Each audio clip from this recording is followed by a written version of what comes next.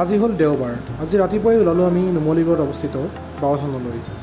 আৰু ইয়ালৈ আহি আমি প্ৰথমতে চাকি বন্তি কিনিলোঁ আৰু চাকি বন্তি কিনি পেলাই আমি সুন্দৰভাৱে ইয়াত জ্বলালোঁ আৰু জ্বলাই পেলাই আমি ইয়াতে থকা পূজাৰীজনৰ পৰা আশীৰ্বাদ ল'লোঁ। তেওঁ বহুত ধুনীয়াকৈ আমাক আশীৰ্বাদ দিলে আৰু আশীৰ্বাদ লৈ আমি মন্দিৰৰ চাৰিওকাষে এপাক চালোঁ কি কি আছে কি কি নাই। কিন্তু মন্দিৰৰ পৰিৱেশটো চাই আমাৰ সম্পূৰ্ণভাৱে মনটো কিবা ভাল লাগি গ'ল।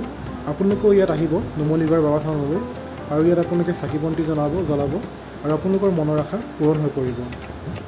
আৰু ইয়াত আহি আপোনালোকে ইমান ভাল লাগে যে আপোনালোকৰ মনটো মানে ভাৱটো প্ৰকাশ কৰিব নোৱাৰিম কিমান ভাল লাগে ইয়াত।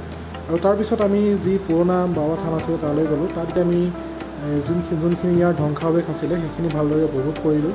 আৰু বৰ্তমান এই ধ্বংসাৱশেষখিনি ধুনীয়াকৈ সুন্দৰভাৱে সংৰক্ষণ কৰি ৰখা হৈছে আৰু ইয়াতো এভাগি মন্দিৰ স্থাপন কৰা হৈছে সৰুকৈ।